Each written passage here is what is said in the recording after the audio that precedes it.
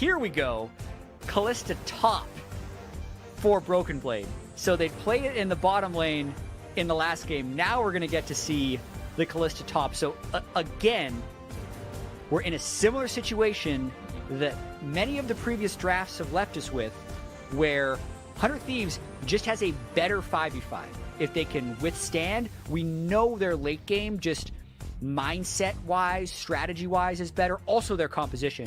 So TSM is putting themselves in a situation here where I feel like they have to slam these lanes. Yeah. Otherwise, that ball of pain that 100 Thieves has drafted would run TSM out of the spring split. Kalista top is an absolute nightmare. It makes Vayne top look fun and interactive for the lane opponent, which Vayne top is not. So for anybody who's not familiar with this, it's very powerful. The first person that I think a lot of people saw playing it successfully was the Shy, who many remember as an absolute terror of a top laner at international events. And the way that it works is you can invest so heavily into your Q and your E, you don't even have to learn your W early on. So you get to just have more points in your core abilities. Melee champions just have no ability to deal with you because of the infinite mobility and constant dashing. You constantly bully the lane. You shove things up with proper manipulation of your Q and E to both clear waves and carry those spears forward into your opponent for poke damage and big burst and harass. It's just an incredibly powerful top laner that will fall off if the game goes big into team fighting. And I think it's also another signal from TSM that they want to play around topside. It's been something that they've been pretty consistent with throughout most of the series and also did a lot of this year. So, I mean, it's TSM now. They no longer like going by Team SoloMid. Part of this is why. Like, they're really not about just playing around Bjergsen. I feel like so much of this split has been an attempted kind of passing of the torch towards Broken Blade's talent, and they're putting it to the test here when it matters most. This is not a utility top laner or a weak side top laner or someone who just sits idly by while they crash bottom lane. This is something I expect them to play through. Frequent ganks. I kind of expect Bjergsen to try and shove Ryoma in and make his way top lane, and it's on Someday to withstand whatever Broken Blade can throw at him early on in the game, because as we mentioned, if we get to 5v5s with even gold, I think 100 Thieves should be a big favorite. Pincushion role player up against Kalista top here for Someday. He does have his Resolve secondary mastery, so it will provide him with a little bit of extra defensive power up against Broken Blade's Kalista. But what you're seeing right now, Someday completely zoned off the wave, just trying to last hit with abilities, is going to be how this lane plays out. The goal is not to win, it is just to survive and lose gracefully up against Broken Blade on this pick. See if maybe Meteos is able to come up there with the Sejuani and help him out. Because, man, if Meteos is able to get going in this game up against 280 carries, up against an enemy jungler that, again, doesn't have great scaling like a Rek'Sai, he's going to be a brick wall by the time this game goes late. Absolutely, and pay attention to this early jungle pathing, because Dardoch already with a quick level 3 is looking and has actually already found Meteos in the jungle. So trying to take very early control right now because the Kalista is so pushed up. And it's, while it may seem right now like, hey, Someday should just collapse down and kill Dardoch, it's really hard because there's a large wave of minions that he doesn't want to abandon, which is what's allowing Dardoch to play so aggressively in the jungle here. Dardoch trying to contest for this wolf. Both junglers have the smite. Nicely done by Dardoch there to secure that one, steal it away from Meteos. Meteos got one of the small wolf puppies, but that's worth 12 or 13 gold. It's not really a big deal. Tricky here. But Bjergsen first to roam here. He had the mid lane control. He had the priority and pressure, which means he gets to join this fight. Bjergsen fires off the sleeve. Really greedy. Bubble. But he's not going to find the CC down onto Meteos, who does have to try to use the Arctic Assault to get away. Meteos just, man, sticking around way too long. What in the world are you doing there, buddy? I've been there as a jungler, let me tell you. These people are in your jungle, they're sitting in your jungle, you're thinking, no way they can stay in my jungle, really? But what you should actually do, since camp respawn timers are so short now, 120 seconds on both Krugs and Raptors, you just recall. Like, you can lose your buff, it's fine. The reason I think Meteos didn't want to recall is he thinks if he cedes full control, then Someday dies. Because that's what the Kalista Rek'Sai is looking to set up. because it would be a 3-man indefensible dive. So I think he's trying to buy time for Someday to catch a wave. It's still exactly the type of opening the TSM wants, though. Getting first blood on a Dardoch, maintaining control over that top side, effectively making Broken Blade ungankable, and giving TSM yet another early game lead. Huge early game lead. Over 1,000 gold, almost 1.5k. Just 4.5 minutes into the game. Off of the lane advantages they have, off of that early kill that they got onto Meteos, who now has moved into the enemy jungle to farm up some of those camps. So TSM feeling good about how this one is beginning. But that is something that we've said about previous games as well. It's not just how things start, it's how they end. And for TSM, we need to make sure that they keep things up going forward. I know it feels a little bit early and a little bit doom and gloom to say, yeah, but don't screw it up, TSM. But this has been the biggest issue for this team. And I'm not saying this to just be like overly harsh on TSM. This has been the biggest criticism of them the entirety of this split, and it's something they have to be very aware of, as Broken Blade is very aware of exactly how much damage it does to Someday here. Someday flashed away from the Q. He took the damage from the Rend, but not the Q. Could have potentially died there if not for the flash. And you can see just the utter pain and sense of helplessness that Someday feels up here, knowing that Meteos has kind of had to leave him, since if Meteos tries to do anything and Dardoch meets him in the jungle, Someday is unable to assist. But he's gotten enough CS to pick up a double cloth armor. He was able to teleport. He will likely be able to catch this cannon wave and hit level 6 and kind of get out of one of the most miserable parts of this laning phase. But we're going to have to see. Another wave is crashing, and here comes Dardoch. Oh, remember, Someday just used his teleport, so if he's taken out here, it is absolute disaster. This is huge. It's Bjergsen making his way over as well. He's going to lose this wave. The massive wave, that's 2.5 waves worth of minions, including a cannon, denied. It doesn't matter if they get the kill. The sheer amount of gold and experience Someday is losing out on is worth more than a kill on its own. Meteos will escort him back up here to his minion wave. Ah, yes, right this way, sir. You have lost your way. The tour's over here now. Just trying to get him back on track as Dardoch and the rest of TSM have to disengage this one.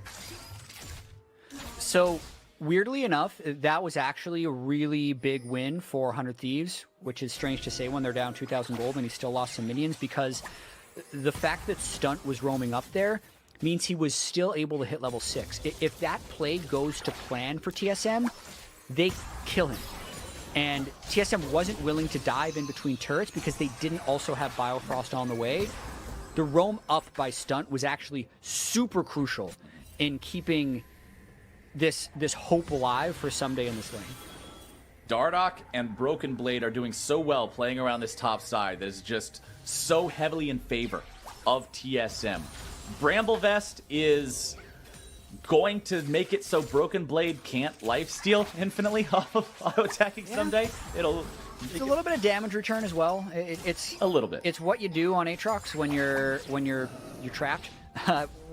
So what I will say is I want to expand a little bit on what you said earlier about this has been a problem for TSM all year. It's also been a strength for 100 Thieves all year, where I feel like most games that go even or late, 100 Thieves has been able to pull together. So in that way, this is a favorable matchup for 100 Thieves. The drafts have moved more in this direction. And I also want to bring up a stat that Mark mentioned during Countdown, and we also talked about in depth during the podcast, is just TSM does win fast when they win, but if they don't win fast, they don't win. Because their average win time was about 32 minutes and their average loss time was about 40 minutes. Normally, when you have that scenario, it's a team that is kind of overperforming because, they win fast, and if they're not winning, they're able to stall the game out. But in TSM's case, if they don't win fast, they themselves bleed out until they lose. And that's actually what we saw in Game 3 against 100 Thieves. It's a little bit of what we saw in Game 2 of this series. And if they lose this one, it would also be how their split ends. So it's really do or die here, as we've been setting up since Champ Select. Can they play around Broken Blade here? Can they keep the pressure up across all 3 lanes, which is what they're doing? 2,500 gold by 9 minutes is a huge early game lead. But as you mentioned, they got to be able to close. Yeah, that stat that you mentioned is funny because of how counterintuitive it is to the norm. Just how TSM falls behind, and Bjergsen's able to jump in there, steal that blue buff away. They're not falling behind anytime soon. 2,500 gold ahead at 9.5 minutes into this game.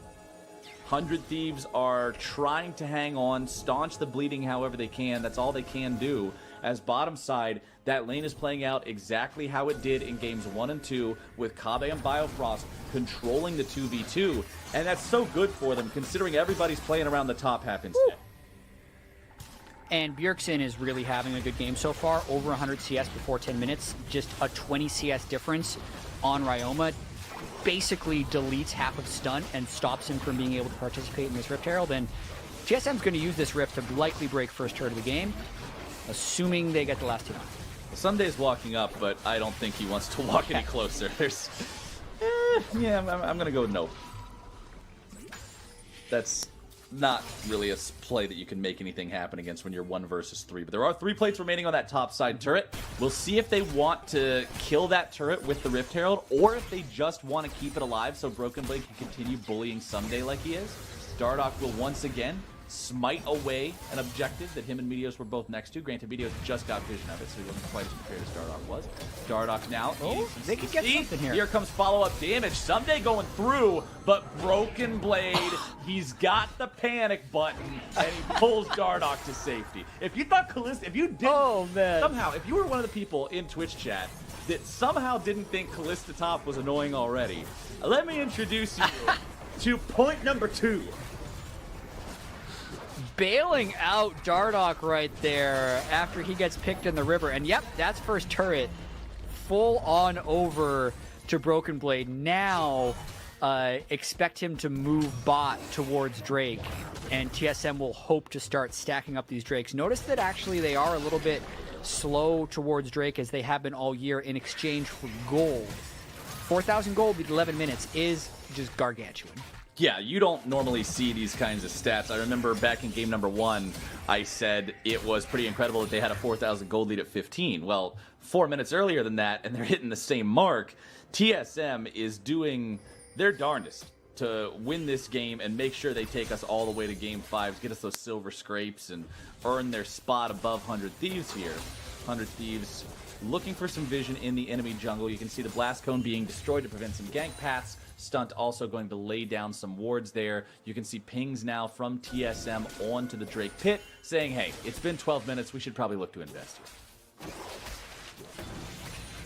Man, just to be in 100 Thieves' head right now thinking like, okay, when can we actually start fighting back? Because if you fight back at the wrong time, you end up just making matters worse. What TSM wants is they want 100 Thieves to stick their head out to go into this double Blade of the Ruined King 80 carry setup and soon to be Luden's Zoe and just start getting one shot. But at the same time, they're just being destroyed. Like the bottom lane's got a 20 CS advantage. Bjergsen's got 26. Gonna drop down to about 20 here as Ryoma is able to pick up a wave. But really it's just about like, what does TSM want to do next, and can they make this happen cleanly? Because 100 Thieves is completely on the defensive. You're talking about 100 Thieves having to pop their head up, and you just made me imagine that arcade game. I can't remember what it's got, like Weasel Wallop or Whack-a-mole. Whack-a-mole. That's I knew I was messing up. I had too much alliteration. Either way, yeah. What were you gonna say? Weasel Wallop. Weasel Wallop. Because you wallop. That's kind of a better name than Whack-a-mole, honestly. I'd play Weasel Wallop with the hammer. Either way, I'm just imagining these poor little Aatrox weasels trying to stick their heads up and grab some farm, and Kalista walks up with a big old mallet and wallops them. That's the story of the entire top half of the map here in this game of League of Legends, and it's not changing anytime soon. No, and that's let's count. That's 8 plates for TSM to 0 of 100 Thieves. 4,500 gold, 1 Drake, and more soon. Here we go.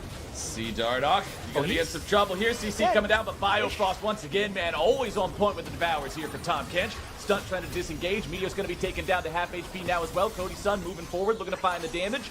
Dardoch at 400, but oh, Bjergsen, he tried to sneak in there for some extra paddle star, but didn't quite find the kill. Yeah, for some reason I thought that was going to kill him, so I gave a little gasp, but turns out it wasn't close. He doesn't have Ludens yet, but yeah, that's just... Dardoch, was he able to steal that? No, Meteos secured it, so far, still more defense as they're now trying to move down for a dive. TSM just never stopping. Dardoch at 400 HP, but remember, he still has the ulti, which is a great aggro drop to prevent him from dying to a turret if they do make a dive happen. And that's it. Second turret of the game over to TSM. 5,300 gold. Make it 5,500 now. The tune of the lead here for this team. Yeah. Super impressive first 15 minutes. Yeah, this has been total domination from TSM. And if they play cleanly, it's going to just look like a super smooth win from start to finish. And what I say next is going to sound like, why are you even worried about this? Okay, but yeah, buddy. What I'm a little worried about is how they haven't done anything after breaking this top lane turret. So, Broken Blade has had this 40 CS lead for about 5 minutes, and he's not freezing Someday, so he's not denying him any CS.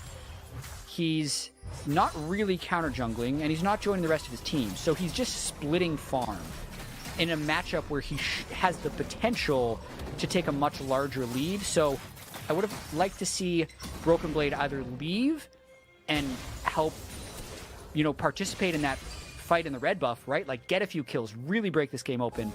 Because the longer he doesn't do that, the higher the chances that Someday comes back in the game. It's 5,000 gold right now. It's not currently a big threat. Or any threat. But after you use all those resources to get Broken Blade so far ahead, you need him to use it. Oh, Ryoma, he gets himself away with a nice shockwave. It looked like they were going to be able to collapse on him, but now 100 Thieves looking to bite back, but here comes your Paddle Star. Nice stasis from Stunt to keep himself alive. Going to be taken very low. Oh, Meteos with the whiff on the Glacial Prison. And a big fight in the mid lane where no one dies, and Someday gets yet more CS back into this one. So a narrow miss for a couple of different reasons right there. Kabe actually almost goes down. So for, take C9. Put C9 where TSM right now is, and this is just like any of the games in the 3-0 that C9 handed to 100 Thieves to put them in this spot. But knowing the history of the split between these two teams and how hard it has been for TSM to actually close out victories, you can't help but get a little bit nervous. I don't know, man. I think they should have what it takes. I've played a lot of League of Legends in my day. I've been playing this game for 10 years. I feel like most of those games where you've got this kind of a lead at 17 minutes in terms of gold, not a 1-0. But in terms of gold, you win most of it. You feel like you can just walk it in. Yeah, I feel like you win most of those games. But 100 Thieves, you do. They're going to give it the old college try. Let's see what they can accomplish here. Sleepy Trouble Bubble down on the ground. Not going to find anybody. Well, Sunday's not even here yet. You aware of the... But he might be looking to flank. Okay. If Ryoma lands a big shockwave, Stunt's not going to find much of anything. Back. Dardoch is exhausted. CC coming through. Stasis going down. Dardoch grabbing the kill onto Stunt. As the Rift Herald is going to be secured by Someday of all people. Broken Blade is standing on top of it, trying to protect it. 100 Thieves do not have the chance to go in and actually secure the eye. Yeah, this is a Rift Herald denial in both senses. Someday somehow just stabbed it to pick up the last hit. The stab in the eye actually outsmites a jungler for how much damage it does, so you gotta be able to be in position for that knockup, and TSM's likely gonna get an Ocean Drake, so it's a small victory for TSM in terms of net assets that they're able to acquire with the kill and the Ocean Drake, but still probably a pretty useful denial by 100 Thieves. 100 Thieves, at least, I guess, I'll give them a half point, because they didn't get it. Granted, you didn't get it either. But that's still halfway in between where they wanted it to be. So yeah, I'll give that a half point. Yeah. It's a C+. He still counts as not a Rift Herald for TSM. Yeah, C+. Now, let's see if they can get anything else, because the gold lead still keeps building. TSM still keeps taking more and more control over the game. The Callista has enough daggers in her inventory to just stab everybody on the side of 100 Thieves. So we're going to be seeing more attack speed coming out. We're going to be seeing more ability to move around. Because remember on Callista, attack speed is also mobility. Because the faster you attack, the quicker you can hop. So she'll be able to get all these spears in there. You can see that's how the farm goes. And Someday is still just trying to get these items built up. Has the Tabby, has the Bramble Vest, working towards the Black Cleaver as Kabe and Biofrost push up onto the tier 1 here. After those first 2 turrets, they haven't been able to grab any more of these objectives away from 100 Thieves since. They are looking to try to grab that mid lane tier 1, complete that outer ring. Yeah, and with the Hurricane being completed, Broken Blade is ready for the team fights. Let's think for a sec. We got so the Drake game got started slowly by TSM. So we're 20 minutes in, and there's still 3.5 minutes left on the Drake. So 28:30 is about as quickly as TSM would theoretically be able to get Cloud Soul. Okay. Cloud Soul is always pretty good. Very easily able to proc that move speed and just super zoom around. Looks like Dardoch is either going Edge of Night or Umbral Glaive Rek'Sai, which is a little atypical, but I don't hate it since he's 2-0 and he's looking to one-shot. And if TSM ends up winning this, it's going to look like a total slaughter. Yeah. Because it has been a total slaughter so far. But I'll still say it kind of only takes one big fight just with how good the 5v5 of 100 Thieves look. If they get the gold close and they can deny the Dragon Soul, it's still winnable for them, in my opinion. So a lot of tension in this game, weirdly. 100 Thieves will just continue trying to farm. It's still only a 2-kill game in 20 minutes. Honestly, we're not putting up huge numbers in terms of this being a super exciting, fast-paced, high-octane game of Legends. It's just Kalista doing this to her opponent for the entire... Well, it's every lane. Like, Bjergsen's up 40 CS, just like his Broken Blade is up 40 CS. Really, the surprising CS difference is Bjergsen. The Broken Blade CS is actually expected. If you said, hey, they're going to channel this top lane Kalista, they're going to use first Rift, they're going to get first turret, and oh, by the way, Aatrox will be the same level and only down 40 CS, you actually take that. It's the rest of the game that is putting this game currently over the top for TSM. Meteos still prowling around his own jungle, looking for something he might be able to do here. Dardoch does have the Tremor sense to detect him there over the wall, so he's able to disengage there with Broken Blade. Broken Blade and Bjergsen levels 13 and 14. Someday and Ryoma levels 13 and 12. Not only is it that 40 farm difference for Bjergsen there mid, it's also 2 levels up on his opponent. Pretty impressive stuff.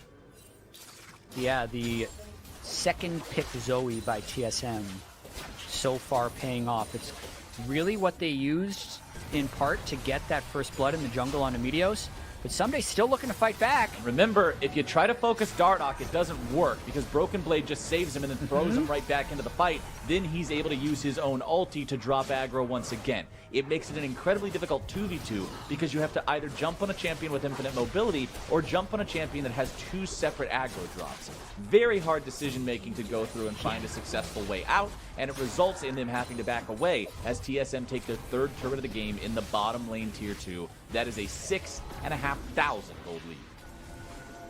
Yeah, the fact that Dardoch is the ultimate partner for Broken Blade also makes me more okay with that serrated Dirk he has sitting in inventory. Like, you can be a little bit more of a squishy Rek'Sai since you do have the Kalista ult for assistance, and 100 Thieves is just conceding everything.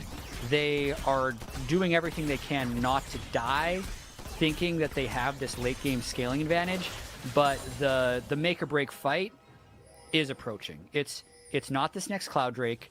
It'll likely be around 27 minutes, if that, because with double Bork and Rageblade Varus, I really think TSM, after this next Cloud Drake, need to start forcing Baron stuff. Yeah. They need to start clearing out vision, and that's how they can get, I mean, maybe even a perfect game. Like, in all the way this series has gone, they have no deaths, they have all their turrets.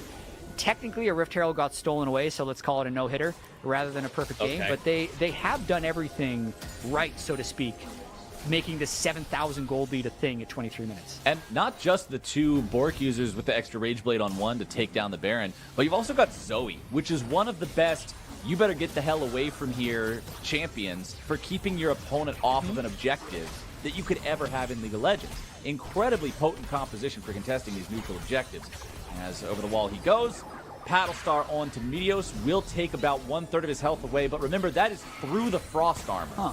as Meteos is now rooted up. More damage going to be coming through. Utilizes the ulti, having a flash away now. Dardoch once again going to be saved, thrown right back into the 100 Thieves lines. A kill onto Cody Sun, a kill onto Stun, a kill onto Ryoma. Sunday runs away. Oh, I don't think this is going to work out too well at all for him. Broken Blade continuing to try to chase after Meteos. Someday will be the last man standing here as Meteos will meander off to the left side of the map there. Makes a liar out of me. There's 2 alive, but I don't think it's going to make too much of a difference. TSM over to Baron. And that's exactly the type of fight they wanted. I didn't think, with the way 100 Thieves had been conceding for 23 minutes, that they would try to contest Drake number 3, the one that doesn't give over the soul, but maybe they thought they could get TSM through the right corridor and find an initiation. They clearly could not.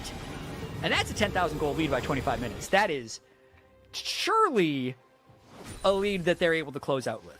I don't see how on earth they wouldn't. I know that you're trying to be very cautious and warn everyone, hey, we've seen them throw leads like this before. We have to be careful. Always expect the unexpected, etc., etc. But I think at this point you actually have to unplug your keyboard and use a PlayStation controller if you want to lose this game from this point in time. This is a Baron buff. This is you've got the 2 Drakes. Yeah, they just got the Cloud Drake, but that's no big deal. You've got these champions that are so incredibly powerful and these massive item spikes, and it just seems like it's time to walk it in. It does. They did delay the Cloud Soul, so they wouldn't be able to get it until 35 minutes. So if they can't get a good initiation, which they still have to be clever about the way they initiate, they're leaving the door somewhat ajar for 100 Thieves to get back in. I'm willing to call I know it seems like I'm joking. I'm not even willing to call it a jar. I will call it unlocked. Unlocked. They didn't lock the door. This is 10,000 gold in 20 minutes, chat. Yeah.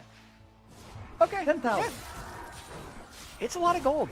It's a ton of gold. I haven't seen that much Callista top, right? And like it's just, and you haven't seen that much Edge and Knight Rek'Sai. No. But I have seen a lot of Orianna, MF, Sejuani, Nautilus, Teamfight Wombos. So like there's still a chance this happens, but it's getting slimmer and slimmer by the minute. Let's see if TSM can finish what they've started here. Dardoch is the focus at first. He is taken very low, nearly taken down, but close on the counts and horseshoes and hand grenades. Stunt now Sleepy, not going to fall here either. The turret is gone, and topside, the turret is also nearly removed, I believe just barely still standing there as Broken Blade put the auto attacks into that one. Yeah, Broken Blade just standing strong in that side lane. Bjergsen still just looking for picks throughout the jungle. A near miss by 100 Thieves. If they weren't 10,000 gold down, you could see that teamfight might have worked. But they currently just do not have the damage to close out these targets. If only. TSM have 30 more seconds of the Baron buff. They will be pushing up here in the top side, as well as having Biofrost and Kabe escorting in a minion wave there at mid lane. Top side inhibitor exposed. Mid lane inhibitor will be taking damage from this juiced up cannon minion. And I'm not really sure what the play is here for 100 Thieves, other than hope TSM just gets a little bit too hypey, go for the punish. Broken Blade firing off those auto attacks here. Again, just keeping that cannon minion buffed up. 5 seconds left of the Baron buff. You can see 100 Thieves thinking about it. They got to know that buff is running out here in a couple of moments. Sleep down onto stunt. Piercing arrow will find him for a little bit of bonus damage, and the Baron is gone. So in a sense, they withstand it. They hold all their inhibitors, and they continue to scale up, and it is still the Cloud Soul that needs to be slowly worked towards by TSM. I like that Kabe seems to be moving a bit more towards the AP build on Varus. I think that's really crucial for cutting through Meteos, who's stacked a lot of max health. There's just an absurd AP ratio on the percent max health damage from the Varus Blight, which when I think it was Sven actually finished a death cap, you can actually do like 45% of someone's max health with 3 stacks Blight and detonating it with your E or your Q. Oh yeah, it's a flash. Once you finish your like pseudo AP Varus build. So actually really like this as a Varus build that maybe could go late, because TSM is hoping for a little bit of late game insurance in case they're not able to close out this game, because gold leads, while there is an absolute value of 11,000, 10,500 right now, is more about percentage differences in terms of power. So this is the stage of the game where most of the standing gold is gone. TSM has already grabbed it all, so unless they're getting more kills, it's hard to expand the percentage much higher at this point. And if Ryoma gets death cap, and I know we're doing a lot of these if, buts, and ands, because literally 100 Thieves has 0 kills, but if he lands a big shockwave, there's not that much MR on the side of TSM. Or here's the arrow plus paddle. If he gets one shot, then maybe they just get 2 inhibs and win the game. When you have 2 long-range abilities that are both capable of chunking out half an opponent's HP, sometimes some wild things can happen here in League of Legends. And that's going to be a mid laner down and a top lane inhibitor taken as the cost. Chains of Corruption over the wall. They find their way onto the 100 Thieves line. Right. Someday going to be killed off. His first death of the game. Someday's the double kill over to Kabe, and TSM are on the victory march. Shut down onto Dardoch. His first death of the game. The only kill that 100 Thieves has managed to find here for themselves. 10 seconds left until Ryoma spawns. Perfect game is not to be. TSM wins a big fight in the base, and they move on to yet another Cloud Drake. That was just good opportunistic play from TSM. Bjergsen landed the pick on Ryoma initially, and then Kabe, who has just gotten really big throughout this game, lands a good ultimate to get more damage down on 100 Thieves. And I think we're kind of pushing him into panic mode here a little bit. Knowing the Cloud Drake just went down, I'm expecting 100 Thieves to do something around this Baron. I mean, you kind of have They're to. trying to clear out vision early and get a good early setup, I think. It's time for the YOLO play. You're down 2 inhibitors. You're down 12,000 gold. The enemy's on soul point. It's time to just go in, try to make something happen. Yeah, you got a 1% chance of it working, but if you let them take the Baron again, you've got less than that. So let's see what 100 Thieves have up their sleeves here. See if there's anything left in the tank, or if we are 100% without a doubt going to those silver scrapes. TSM with control over all neutral territory here on the map. Baron is alive. 100 Thieves hanging out in the top side of the jungle. Bjergsen over the wall. You will not find anyone there with the Sleepy Trouble bubble. But this should be a sign for TSM to safely move through this area and establish vision. Yeah, I mean, they even have Broken Blade down bottom, keeping Someday at bay to prevent a 5v5. I think TSM should just be... I think they can just do Baron, honestly. I don't think 100 Thieves can check. There's waves of super minions crashing by. At most, they would hope to kill Broken Blade's Callista. There's a chance TSM is waiting a little bit for Baron as well, so it coincides better with the Cloud Soul spawn, just to make sure that works out. But really, I think they should take Baron, utilize these 2 waves of super minions, and then try and end the game on the 3rd. Ooh. But they're still fishing for Zoe plays. Actually, Dardoch is split pushing. They're doing something else. Split push lethality Rek'Sai is here to end the game when no one else will.